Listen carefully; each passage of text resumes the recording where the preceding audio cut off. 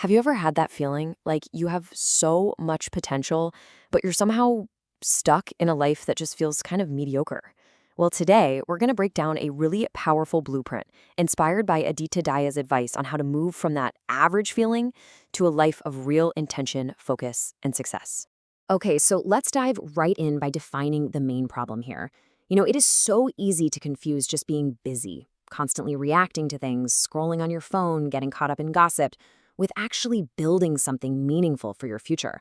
Society has kind of normalized behaviors that keep us stuck, and the very first step is just recognizing that trap.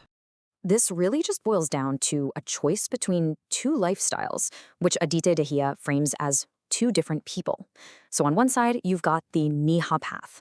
This is defined by being chronically online, always busy but not actually constructive, and you just end up feeling drained and stuck. But on the other side, you've got the Arohi path. This is someone who is totally focused on learning, intentional growth, and building a really strong mindset for the future. And that brings us to the core question, right? This isn't just about who you admire more. It's about actively choosing which life you are going to build for yourself.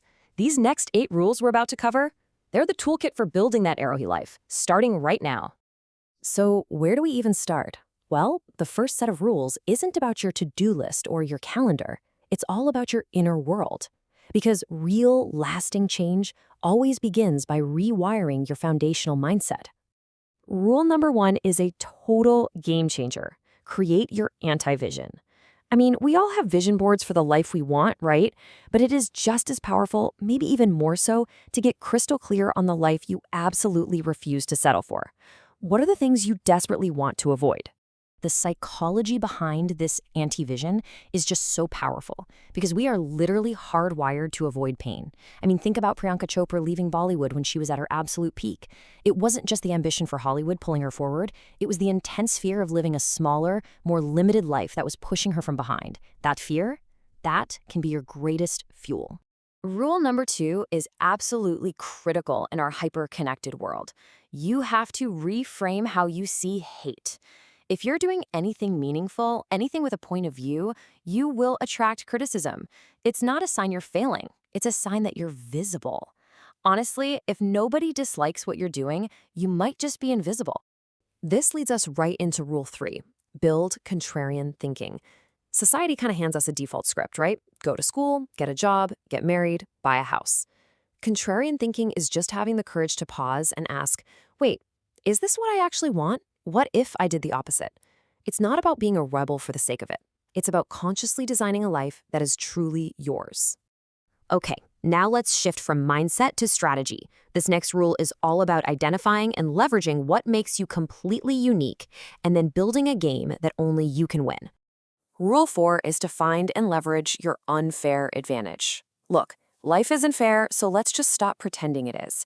Your advantage could be your connections, your unique background, the resilience you built from past struggles, or just a natural talent. It is your unique fingerprint on the world. And the key takeaway here is pretty transformative. Stop trying to fix all your weaknesses and instead focus on what makes you different. That thing that feels like a heavy rock, a struggle, a disadvantage, that can be sharpened into your greatest edge. Maybe your past struggles gave you unmatched empathy, or maybe limited resources made you incredibly resourceful. That's not a weakness. That's your weapon. Okay, so you've got the right mindset and you know your advantage. This next section covers the rules for translating all of that into tangible, real-world results. It's about shifting from simply being busy to being driven by outcomes. Fifth, and this one is absolutely non-negotiable, prioritize your financial independence. Money isn't about greed. It's the tool that gives you the freedom to walk away, to leave a toxic job, to end a bad relationship, or to say no to any situation that's holding you back, because you can afford to. And a really concrete starting point for this rule is to build a system right now where you automatically save and invest at least 20% of your income.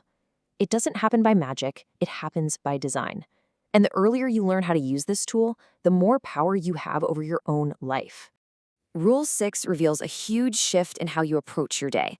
See, average people focus on an activity list, all the things they do. The top 1%, they focus on an outcome list, the results they create.